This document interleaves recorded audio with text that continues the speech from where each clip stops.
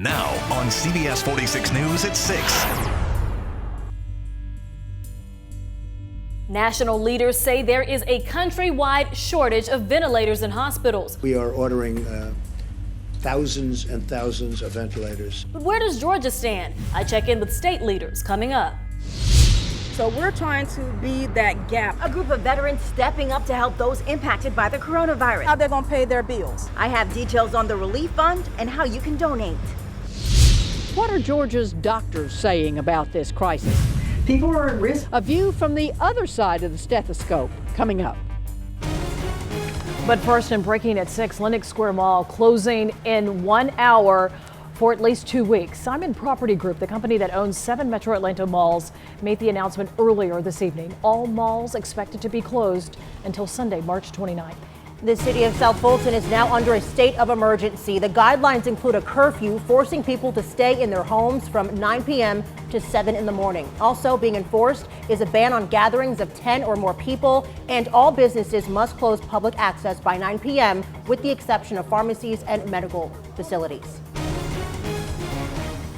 I'm Brittany Edney at the live desk. Just into our newsroom, a state senator tests positive for the coronavirus. The lieutenant governor's office says the Georgia senator's symptoms, well, they started 8 days ago, but no identity has yet been released.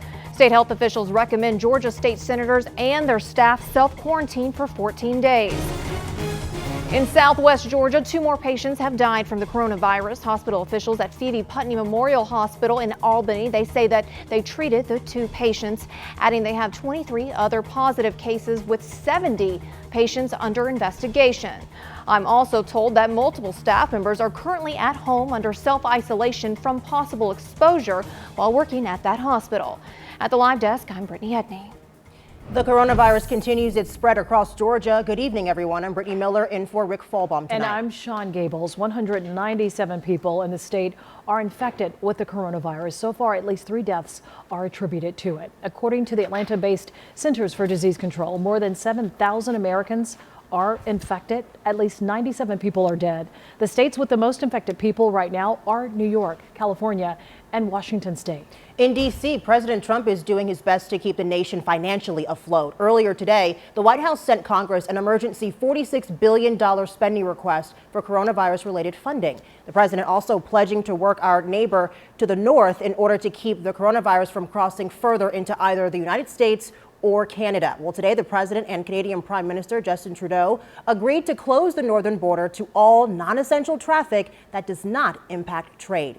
Governor Brian Kemp also signing important measures into law. He recently signed a mid-year amended budget. It includes $100 million in emergency funding to combat the coronavirus. The emergency money was pulled from the state's $2.8 billion reserves for the budget that the governor signed Tuesday. The money coming to Georgia will more than likely be used to buy medical equipment for hospitals and other facilities desperately in need. CBS 46's Haley Mason has that part of the story.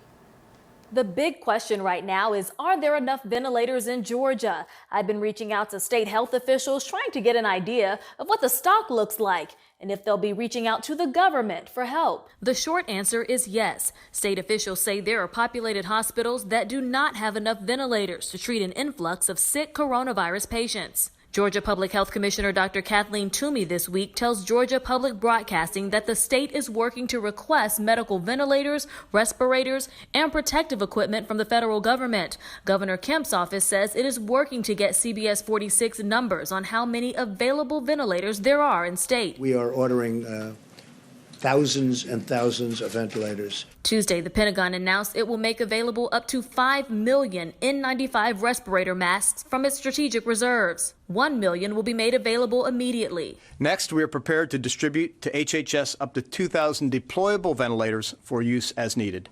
These machines are different from their civilian equivalents and require special training to operate, but we are committed to supporting HHS's requirements in any way we can.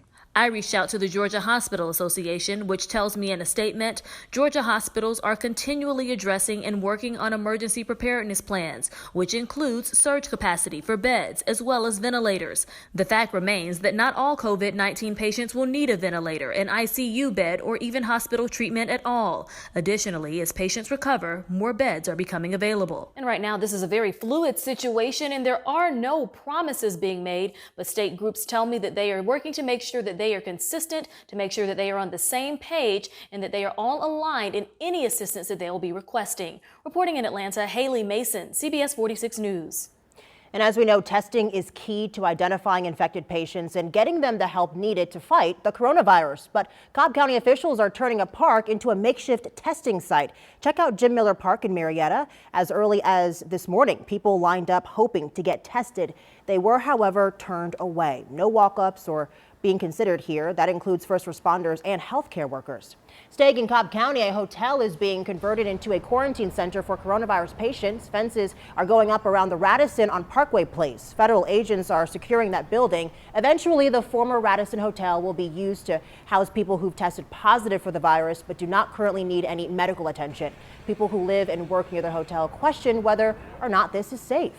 So far, I received over 20 calls from different businesses. It's going to hurt us tremendously. I mean, people already getting nervous.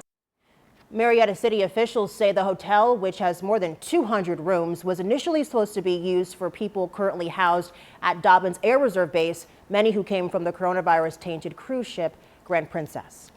As of right now, all of Georgia's public schools from kindergarten to colleges and universities are closed through the end of the month. Governor Kemp made that declaration Monday.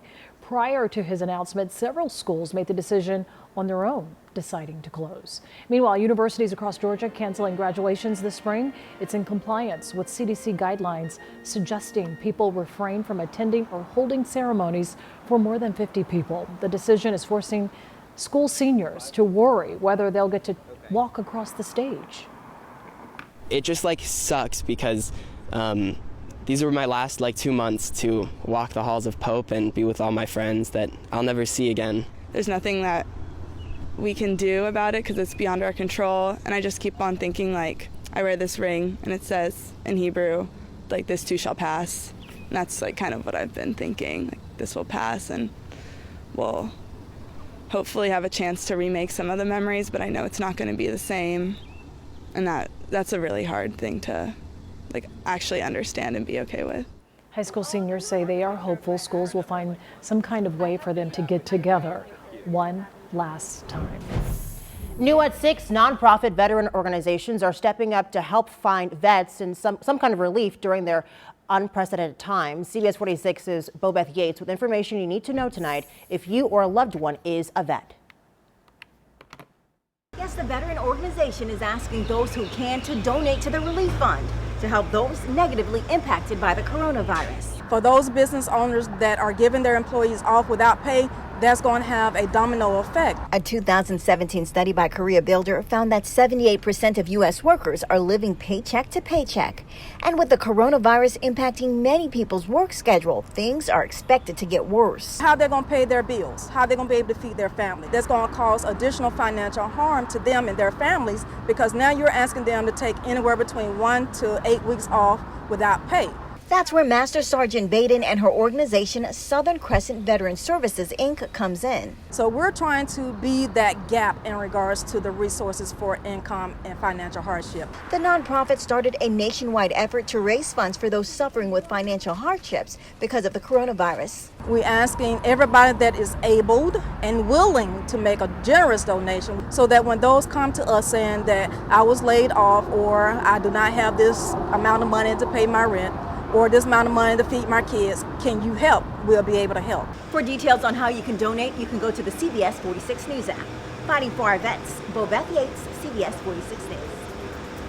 And be sure to reach out to CBS 46 if you are a vet who needs our help. The email address is fightingforavets@cbs46.com. What a day. Starting to see some big, thick clouds out there, some cumulonimbus clouds over the airport. No rain right now at Hartsville-Jackson International, but east of the airport, we are seeing some areas of heavy rain pop up. And with this warm weather, you get to see this time of year. Temperatures right now in the upper 70s. That's almost 10 degrees warmer than we were this time yesterday. No rain in Atlanta, but east of the city, that's where we have some showers popping up even through the North Georgia mountains. A few little areas of light rain. The heaviest rain where you see those oranges and reds east towards Rockdale County and Conyers, heading towards I-20 and just west of Madison. Then as we take you to northern Cobb County to Cherokee County, Bartow, Pickens County, some areas of rain there as well. This rain is isolated and it will stay isolated as we head through the rest of the evening, with just bits of showers possible as we head through the evening and mostly cloudy conditions. Only about a 20% chance of rain at 7 o'clock, 8 o'clock, 9 o'clock, even through midnight. Then that rain will come to an end overnight and it will be dry as you wake up tomorrow morning, and it's going to stay dry throughout the entire day tomorrow. Waking up will be in the low 60s. So that air conditioner may even start running by tomorrow afternoon. It's probably definitely running. Tomorrow, even warmer than today as we get up to 81 degrees in Atlanta, partly sunny. It will be dry, it will be warm, and we have no rain at all tomorrow. And we really haven't had much of that at all so far this month, this season, or this year. We're going to keep it warm over the next several days. 78 on Friday. Changes move in Saturday as our next system moves in. It will bring rain Friday into Saturday morning. Once it pushes through, those temperatures will drop by Sunday into Monday. So here's a look at that next system. It is a cold front, dry Friday morning, but by Friday afternoon, that's when the rain pushes into northwestern Georgia through the evening. It fizzles as it pushes in. By the time the cooler air moves in, you'll notice it on Sunday. That's when the temperatures drop substantially. But even Saturday will be a difference between 80 to 70 with a 20% chance of rain in the morning. Most of your Saturday dry. By Sunday, that's when those temperatures really drop. And we have more rain in the forecast. So Saturday is definitely the better day of the two. Sunday will be cloudy. It will be chilly. And it will be rainy on top of that. And it will stay cooler even through early next week. Only 62 on Monday, 64 on Tuesday. By Wednesday, we rebound back into the 70s. But certainly you'll notice a big difference as we drop from the 80s to the 50s in just a matter of days.